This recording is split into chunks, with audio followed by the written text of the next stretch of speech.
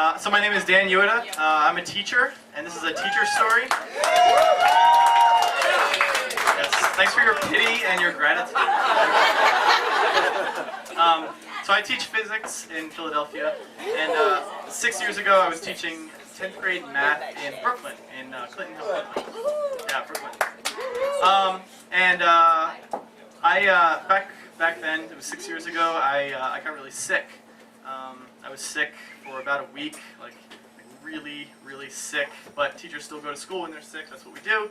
And my girlfriend at the time forced me to go to the doctor. And I was like, I don't want to go to the doctor, I hate going to doctors, I'm too strong for that. But I go to the doctor anyway, and the doctor says, you've got mono.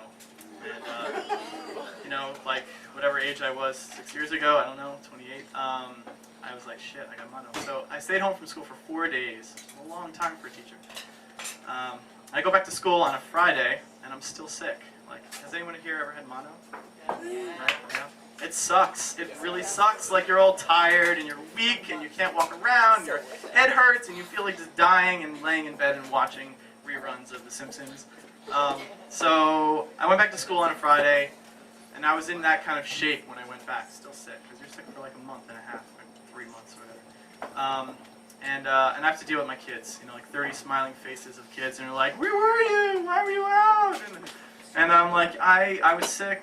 Why were you sick? I had mono. And they're like, oh, mono, that's the kissing disease, isn't it? And I'm like, well, whatever. Like, I didn't get it from kissing anyone. And they're like, oh, who'd you get it from? I'm like, no, you can get it from other people, like, and just walking around. So I'm dealing with that crap all day long, and I'm tired, and I'm trying to teach them math, like you try to do as a teacher. And I get to the last period of the day, and I go through the same thing. They're like, oh, why were you out for so long? And I said, I had mono, and they said, oh, that's a kissing disease. And I'm like, well, you can get it from anywhere. And they're like, oh, did you get it from your girlfriend? And I'm like, no, she's not sick. And they're like, oh, maybe your girlfriend gave it to you, maybe she got it from someone else. I'm like, no, she's not sick. So then one of my students, Achming Albritton,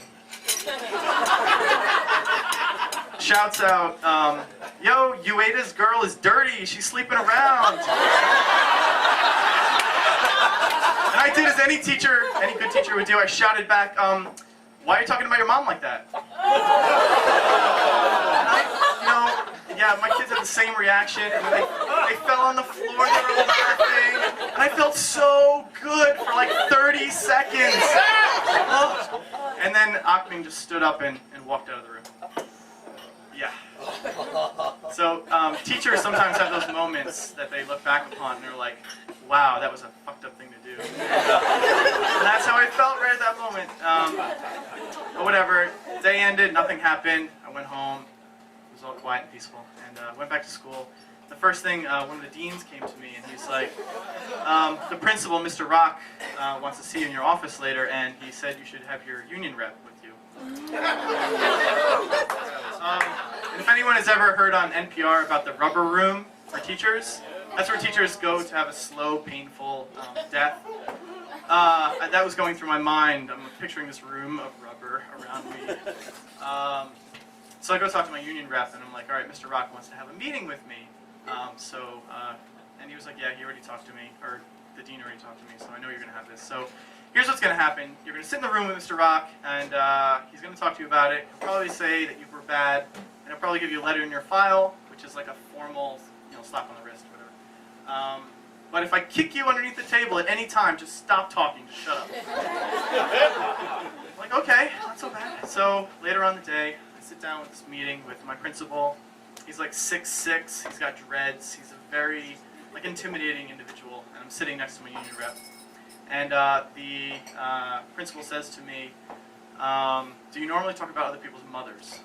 I'm like, yeah, in my head, sure. So I was like, no, and he says, well, tell me what happened. So I start explaining what happened, going through the story. And then as I'm like mid-sentence, I get kicked underneath the table, and I just stop mid-sentence. So my principal says, it was really bad, it was irresponsible, and I get a letter in my file. So that really sucked. But, so I went home that night, and I was really sad, poured myself a drink, and I called up Achming's mother, and I was like, we gotta break this thing off.